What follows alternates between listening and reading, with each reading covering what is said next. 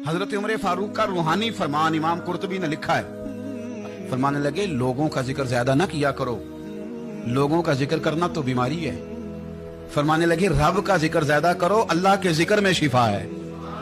लोगों का जिक्र करते रहते हो, इसी काम ही लगे रहते हो, ये तो बीमारी है। ये तो तुम्हारे दिल में बीमारी पैदा कर देगी। हर वक्त सोचोगे और ये बीमारी आ जाती है, लोगों की तरफ तवज्जो रहे तो यहाँ हसद पैदा हो जाता है, यहाँ बुग़्ज़ पैदा हो जाता है, यहाँ अदावत पैदा हो जाती है।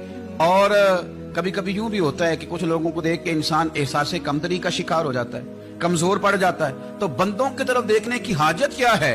जब फुर्सत मिले बंदा वुजू करे, सर सजदे में रख दे, कुरान पाक की तिलावत शुरू कर दे, और जब दिल ज्यादा बेचैन हो तो फिर वो वुजू करे, हल्की सी खुशबू लगाए, मदीने की जानिब मुंह करे और महबूबे करीम पर दुरूद और सलाम पढ़ना शुरू कर दे।